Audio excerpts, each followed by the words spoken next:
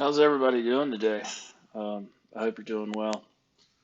I'm still at home, kind of waiting for job assignments. I was supposed to go out to where the hell were they? They were going to send me out to Washington State, and it kind of got delayed. So, of course, the big thing everybody I think is kind of talking about is this submarine fiasco. I don't know if it counts necessarily as a disaster, considering it was only like 5 people, but still. Um, I would argue is a massive pointless waste of human life.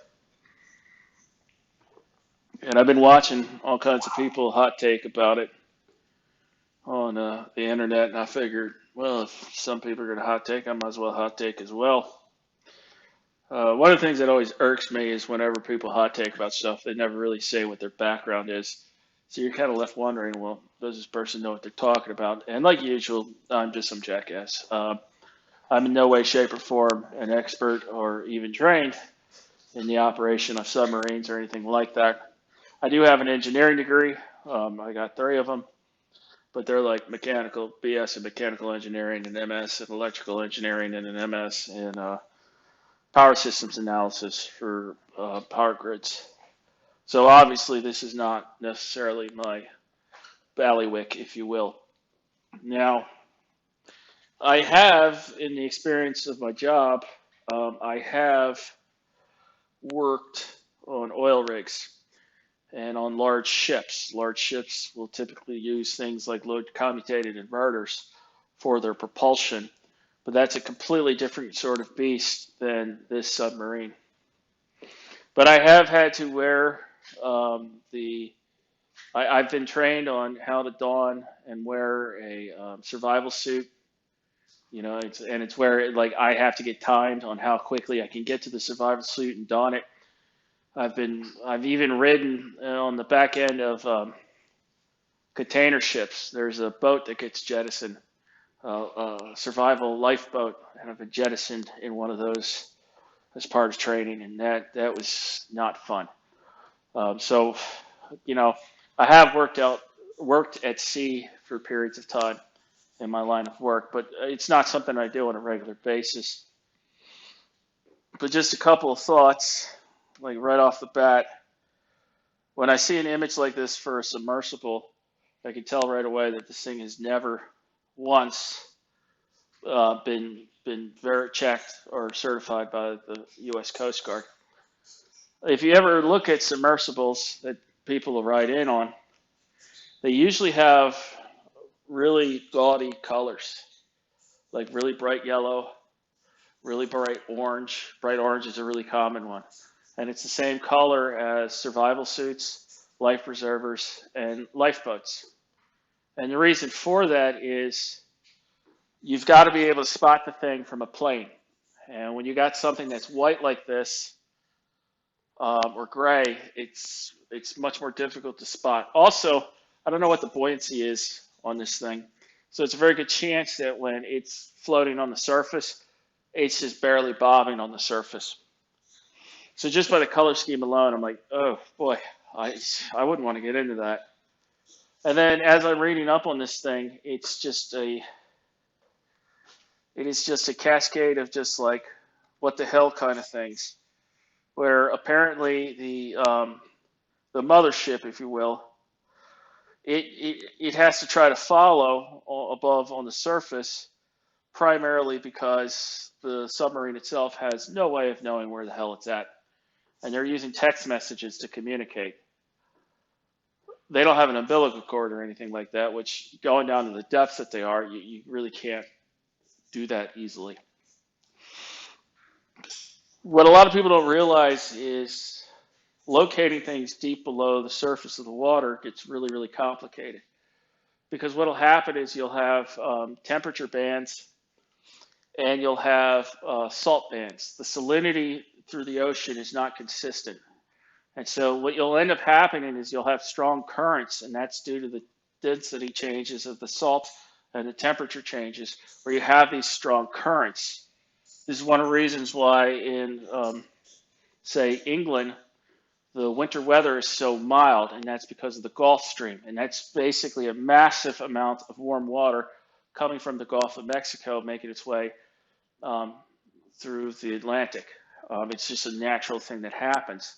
But what people don't realize is these currents, one, they could be very, very strong, but two, they actually affect how noise travels. So for like submarines and stuff, depending on the water conditions, there could be a very thick layer. And what that could do is you could have two submarines that are very close to each other, but if one's above the thermal layer or the salinity layer, because there's going to be a salinity layer and a thermal layer. Well, if you're above one or both of those, and the other sub is not, they could ping at each other and they can't see each other. They can't hear each other, kind of thing. And it's sort of like almost having a cave wall, and you're hearing the echo bounce back. Another good way of looking at it is how late at night you can get further distant radio stations. And that is because when you're on the far side, when you're away from the sun, the Earth's electromagnetic field it extends further out into space. The ionosphere specifically extends further up into the atmosphere. And so that allows you to be able to bounce off that ionosphere and actually pick up radio stations from further and further away. So this is one of the reasons why it's so difficult to try to locate something like this using sonar. It's incredibly, incredibly difficult. One of the things that I was actually worried about is if this submersible had successfully risen to the surface, unless somebody spotted it on the surface, these people were stuck. And they're just slowly suffocating, even though they could see the water through the or the air through the portal. I couldn't imagine anything worse than that. Well, I kind of could, but you know what I'm trying to say. Because these people are all bolted in. Now, interesting, reading it up on the Wikipedia thing, it turns out that this company had been sued by one of their former employees as a whistleblower, basically because right here, there had been no non-destructive testing done on the carbon fiber hull and so on. And instead, they're responding on real-time acoustic monitoring system, which that's kind of insane. You're basically listening for pops, and if you're already hearing the pops, it's too late, kind of thing. So this destructive testing, like the U.S. Navy even does this, where when they build a new submarine, one of the first things they do is they take it to the design limit of the hull, all the way down. And they basically see if they spot any leaks. They don't go to crush depth. The crush depth is where the hull is going to fail. But they get kind of close to it, and they see what new and exciting leaks pop up and so on. And then they do their analysis. And it doesn't sound like this company did anything like this. Some of the people that apparently have written on this before talked about the waivers and everything that they had to sign, where like per one person said it was like on one page 3 times it said you could die. Waivers like this are like prenuptial agreements. And prenuptial agreements get thrown out of court all the time because a prenup is only valuable or only valid if both parties have the same amount of information and they agree at the time of the signing on that information and no information was being held by one party. Chances are this waiver that this company had these people sign is not worth the paper it's written on. Chances are it's not. I'm fairly certain that they never mentioned in the paperwork that they were sued by a former employee stating his concerns about the testing that was not done on this hull. I don't know what these people were thinking going down in that submarine. Personally, if I had that kind of need for risk and so on in a rush, I'd go to a therapist. I wouldn't be doing this dangerous kind of tourism crap. But at the end of the day, the one I really feel sorry for is that teenager that died. Because he followed his dad down there. And I don't know what the husband, I don't know if they're still married, but whoever that son's mother is, this company better hope she doesn't have the assets of the husband. because what she has is FU money. And what I mean by that is, I guarantee you her lawyers haven't even approached her about this. They're already taking care of this on the side. Because when you're somebody that's worth billions of dollars, you have a legal team on call, like not even on call. They're part of your home staff, and they are already putting names on a whiteboard of the people that they're gonna mount those heads on her wall. They're gonna go after everybody. They're not even just this company. They're gonna go after every single supplier of this company. You made the O-rings, they're going after you. You did the paint job, they're going after you. If you had anything to do, they'll probably go after the. If this company had an HR director, they're going after the HR director, and they got FU money, where the case might not have any real legal merit, but it's not gonna. It's a drop in the bucket to what she's worth. She's gonna make them pay. Whether she's probably never going to get that much money out of them, because I guarantee you they didn't have insurance. There's no way they had insurance, because if they had insurance, they would have had to have been certified by some sort of regulatory body as to the safety of this vessel. This wasn't even flagged in Liberia or Panama. I mean, you compare this to, you could actually watch, James Cameron did a movie. It's him going down. It's a documentary. It's him going down to Challenger Deep, the deepest point in the ocean.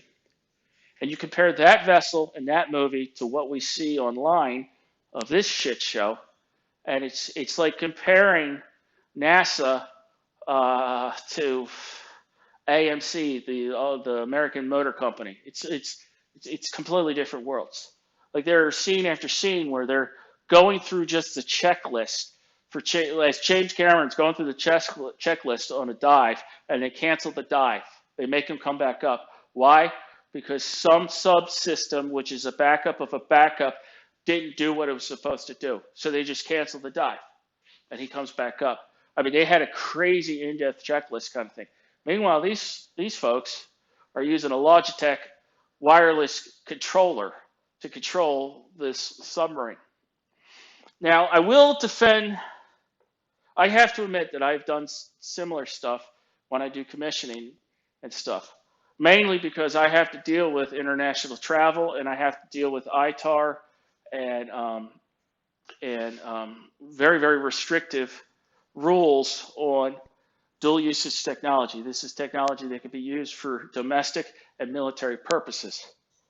So for example, when I'm commissioning a crane, I will have positioning lasers on the underside of the crane, and these positioning lasers have to be in a very exact location, and they shoot a beam, an infrared beam, that has to be very, very tightly close to a target. And then on top of this, I can't get it perfect. So I have to be able to measure how far off in millimeters this laser beam is from the planned target. Now, the easiest way for me to do this is to use night vision goggles. I cannot use night vision goggles because I can't get them across international boundaries. I can't even bring them into Canada. That could make me run afoul of U.S. Customs and the Department of Commerce. So what we end up using is Spy Kids night vision goggles, the toys, because I can get them across international boundaries. They don't work nearly as well as real night vision goggles would, but I don't have to worry about registering as with the federal government that I'm taking dual usage technology across international borders. So I literally use kids' toys whenever I commission a crane. Similarly, for a lot of my systems, I will have like a very robust hardware control, like an operating cabin with the control sticks and all. Well, that's not going to be ready for me for my initial testing. So I have a Logitech flight stick, because again, I can bring that in and out of customs. It's just a video game stick. It's not high end. It doesn't have any kind of force feedback or anything like that. But the thing that blows my mind about these knuckleheads is they were using the wireless function, and I would never in a billion years, not wire up the thing with hardware, like directly wire it. I would never trust like a Wi-Fi. Like, it's crazy to me. It's absolutely crazy, where they're basically using a PlayStation controller and they're hoping the battery doesn't go bad. This thing didn't even have seats. Like, It's absolutely crazy. Absolutely crazy. On the positive, I don't want to necessarily make it sound like it's a positive, but it does sound like this was a catastrophic hull failure. And depending on their depth, this would happen so incredibly fast. It's not like the movies. It's where somebody's trying to hold back the pressure with their hand as the vessel slowly fills up with water. This is an event that occurs so incredibly rapidly that their brains would not be able to receive the signals from their nerve endings fast enough. Once you get below a certain pressure, you no longer have explosions. You only have implosions. And it happens with such an incredible force. It's so incredibly fast. It's faster than a blink of an eye. So thankfully, these people didn't suffer. But it's just like, it's amazing to me that somebody can be worth billions of dollars and seemingly they had the common sense of a fruit fly.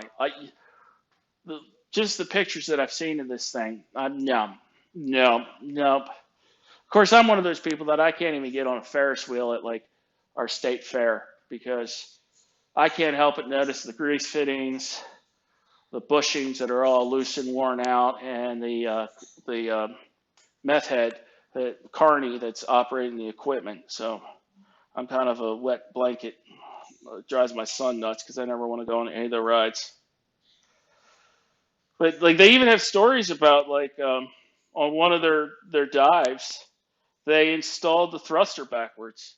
So this thing started instantly trying to spin the whole time. So the pilot had to keep his hand on the control stick and kept trying to tell it to turn left or what. I don't know. It's just if you read up on this, it's batshit insane. It's batshit insane. And what people don't realize is going down to a depth like that, we have mapped out and explored more of our solar system than we have of the deep sea ocean like this. It's incredibly difficult and it's incredibly dangerous. And unfortunately, 5 people lost their lives.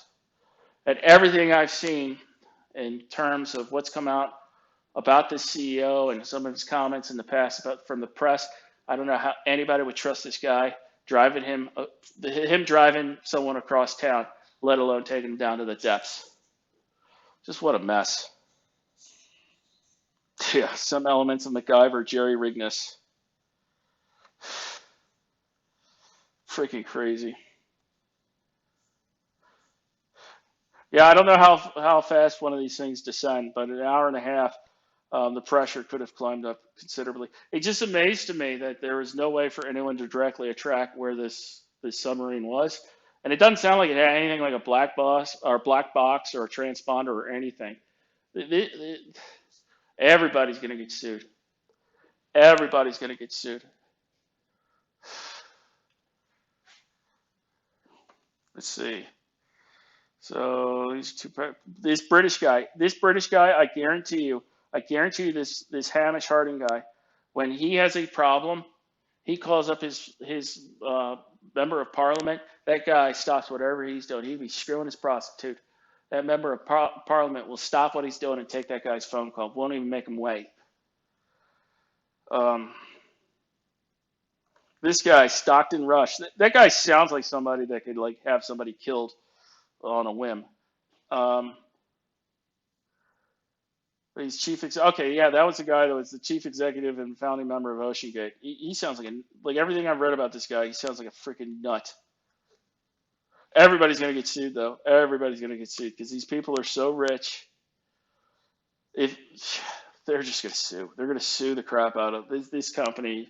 I'm surprised this company hasn't already announced that it was in receivership or whatever or bankrupt because there's no way you could survive a screw up this bad financially. There's going to be civil litigation for years. There's going to be criminal investigations. I guarantee you, criminal investigations have already started in the UK and potentially in the United States because the U.S. Coast Guard responded. You can't just sign away your basic rights and waivers or basic rights in a waiver. And there's no way that this waiver is as ironclad as this company thought. I have to sign. I get people trying to get me to sign waivers all the time, and they're usually a joke. But what a mess. Yeah, that's a lot of ships involved. That's also the other thing. Somebody's getting a bill for all this. Somebody is absolutely getting a bill for this. We had a issue in my neck of the woods where we had two idiot women. They went hiking on the Appalachian Trail, and they decided to go into an abandoned mine, and they literally broke open the lock to this mine shaft, and they climbed down in there. 2 days later, one of them was finally able to get a cell phone signal out to 911. It took another day to rescue these women out. They had to get airlifted out. They were so weak from dehydration and so on. They were not happy when they got the bill because it involved a whole slew of people going across the mountains trying to find where these idiots climbed in because they had no idea where these folks were. They had a very, very um, wide open sort of triangulation based on the cell phone signal, and that was about it. These idiots barely survived. And then they got like a $150,000 bill for the rescue effort, and they were not happy. But I digress. I'm done rambling. I hope everyone's doing good. Y'all take care. Ciao.